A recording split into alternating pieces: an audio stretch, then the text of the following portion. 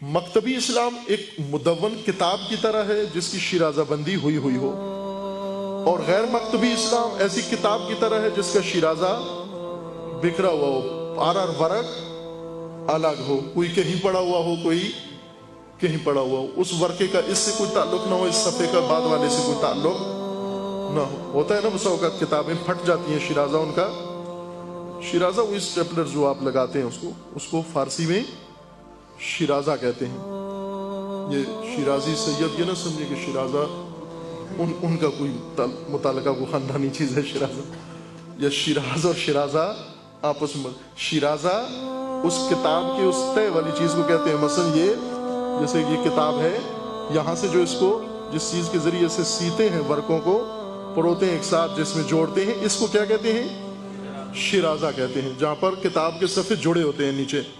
اگر یہ پھٹ جائے، ڈھیلی ہو جائے، کہ اکثر جو کتابیں پڑھی جاتی ہیں ان کا اکثر شیرازہ بکھر جاتا ہے، لیکن جو کتابیں نہیں پڑھتے ڈیکوریشن کے لیے ڈرائنگ روم میں رکھی ہوتی ہیں، ان کا شیرازہ کبھی بھی نہیں بکھرتا۔ ایک ایسی کتاب جس کا شیرازہ بکھرا ہوا ہو، جب شیرازہ بکھر جائے، ہر صفحہ کوئی کچن میں پڑا ہوا ہے، کوئی ڈرائنگ روم میں پڑا ہوا ہے، کوئی بیڈ روم میں پڑا ہوا ہے، کوئی اڑ کے گلی میں چلا گیا ہے، کسی کو اٹھا کے کوڑے میں پھینک دیا ہے، اس طرح سے شیرازہ جب بکھرتا ہے۔ اسلام کا جب شیرازہ بندی ہو، شیرازہ بندی شدہ ہو، اس کو کہیں گے مکتب۔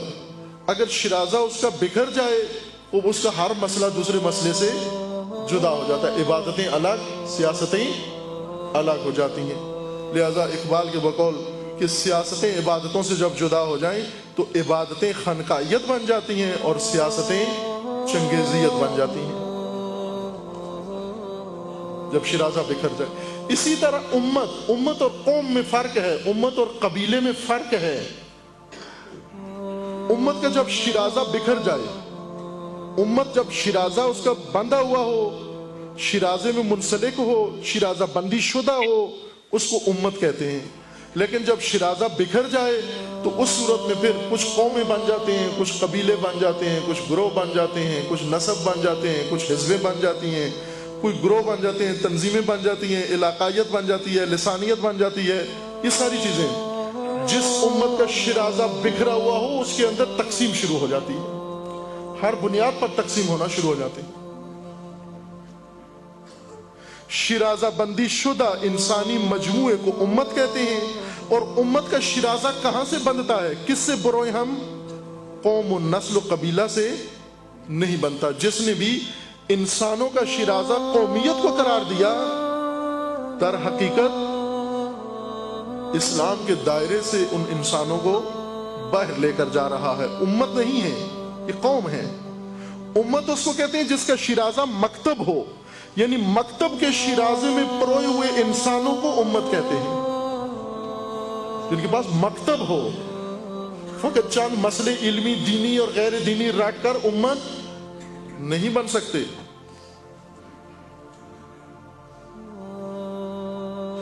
امتیں اور مکتب اپنے اہداف کے حصول کے لیے، چونکہ امتوں اور مکاتیب کے راستے میں بڑی رکاوٹیں ہیں، سماجی رکاوٹیں ہیں، نظریاتی رکاوٹیں ہیں۔ ان رکاوٹوں میں سے ایک ایک کو اگر غور کریں تو پہاڑ جیسی مضبوط رکاوٹیں ہیں۔ جیسے عصر جاہلیت رسول اللہ کے مقابلے میں تھا، اس رکاوٹ کو رسول اللہ نے کیسے عبور کیا؟ ایک کلچر جو صدیوں سے اس سرزمین پر حکمرانی کر رہا تھا، اس کلچر کو جڑ سے اکھاڑ کر رسول اللہ نے پھینک دیا مکتب کے ذریعے۔ خرافات، اور آج نئے عصر جدید کے بت اور خدا، اقبال کے بقول کہ زمانہ جدید کے ترشوائے گئے صنم، ان میں بہت ساری چیزیں آ گئی ہیں۔ وطنیت اس میں ہے، لسانیت اس کے اندر ہے، لیبرلزم اس کے اندر ہے، سیکولرزم اس کے اندر ہے۔ اس وقت ایک بہت بڑی رکاوٹ مکتبی اسلام کے سامنے سیکولرزم ہے۔ یا ایک اور علامت آپ کی خدمت میں عرض کرتا چلوں کہ بعض اوقات مسلمان سیکولر ہو جاتا ہے۔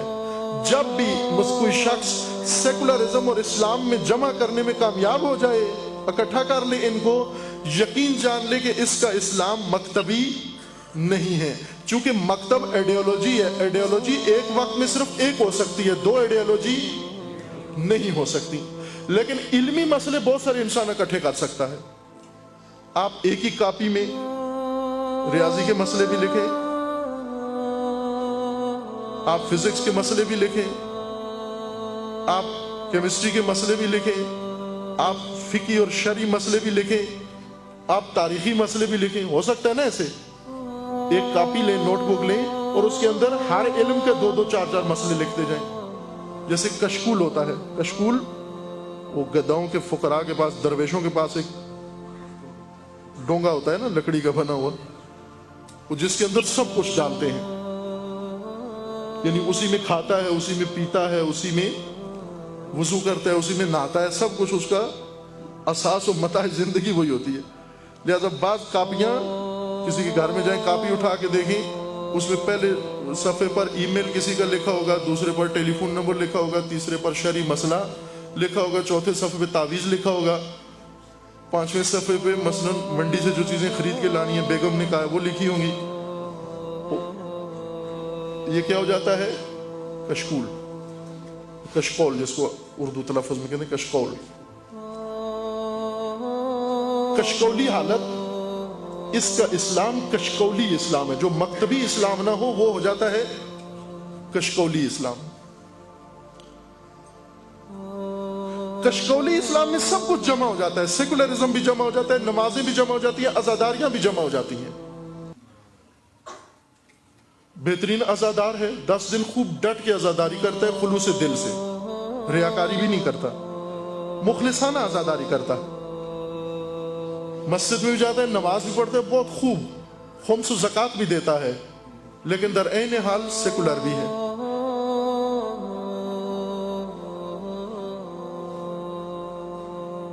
کس طرح جمع کر لیا آپ نے؟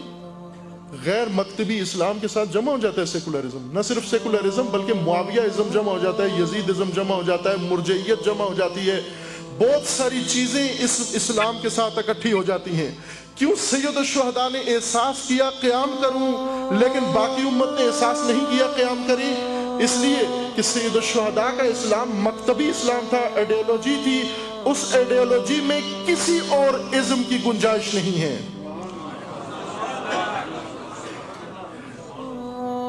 جبکہ دوسروں کا اسلام کشکولی بن چکا تھا، اس کشکول میں سب کی گنجائش تھی۔ وہ سید الشہداء کو بھی مشورے دیتے تھے کہ حضور ہم نے جمع کر لیا، آپ بھی جمع کر لیں، دیکھیں ہم حج کرنے آئے ہوئے ہیں۔ یزید صاحب کے بھی احترام کرتے ہیں، معتقد ہیں، وہ بھی ہمارے صدر ہیں، خلیفہ ہیں، ان کی بھی رسپیکٹ کرتے ہیں، آپ بھی ان کی رسپیکٹ کریں، ہم بھی کرتے ہیں، آپ بھی کریں۔ لکھا ہوا ہے بڑی بڑی شخصیات نے کس طرح یزید اور حج جمع کر دیے، کیسے یزید اور نماز میں اجتماع ہو گیا، کیسے کلمہ رسول اور یزید آپس میں مل بیٹھے۔ اس لیے کہ جب رسول کا اسلام اس کی شیرازہ کھل جائے اور کشکولی بن جائے تو اس کے اندر یزیدوں کی جگہ بن جاتی ہے، وہاں یزیدوں کی جگہ بن جاتی ہے اس کشکول۔ اس لیے سید الشہداء نے آ کر اس کی دوبارہ شیرازہ بندی کی، رسول کے اسلام کی دوبارہ شیرازہ بندی کی۔ یہ بہت مہم ہے، ہمیشہ جب بھی اور یہ شیرازہ بندی بار بار چاہیے۔ بقول اس بزرگوار شاعر کے کہ قتل یزید اصل میں، قتل حسین اصل میں مرگ یزید ہے، اسلام زندہ ہوتا ہے ہر کربلا کے بعد۔ اسلام کربلا کے بعد زندہ ہوتا ہے، یعنی ہمیشہ ایسے ہوگا کہ جب بھی اسلام کی شیرازہ بندی کھول دی جائے گی وہ کربلا کے ذریعے سے دوبارہ منسلک ہوگا، اس کو کربلا چاہیے، اور یہ بار بار ہوگا کیونکہ اسلام کا شیرازہ کھولنے والے بار بار آتے ہیں، ہر نسل میں موجود ہوتے ہیں اور کافی ہوتے ہیں، زیادہ ہوتے ہیں۔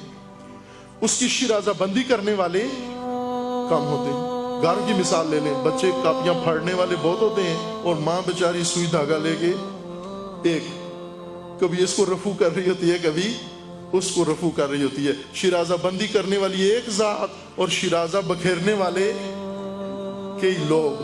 تو وہاں پر منظر کیا ہوگا؟ یہی حال اسلام کا ہے. پیشاور ممبروں پر آ کر فقط اپنی پیشاوری کے لیے، اپنے پیٹ کی خاطر اسلام کا شیرازہ بکھیر رہے ہوتے ہیں. تعویذ گنڈے دینے والے صرف اپنی دکان چمکانے کے لیے اسلام کا شیرازہ بکھیر رہے ہوتے ہیں. فتوے بیچنے والے مفت کے مفتی فقط اپنی دکانیں چمکانے کے لیے اسلام کا شیرازہ بکھیر رہے ہوتے ہیں. حکومتوں کے اندر گئے ہوئے درباری اور سرکاری علماء حکومتوں کے کاموں پر پردہ ڈالنے کے لیے اسلام کا شیرازہ بکھیر رہے ہوتے ہیں. جب سب شیرازہ مل کر بکھیرنے میں مشغول ہوں، وہیں پر حسین کی ضرورت ہے. اقبال اس لیے کہتے تھے کہ امت کا بھی شیرازہ بکھرا ہوا ہے، اسلام کا بھی شیرازہ بکھرا ہوا ہے، اور قافلہ حجاز میں ایک حسین بھی نہیں.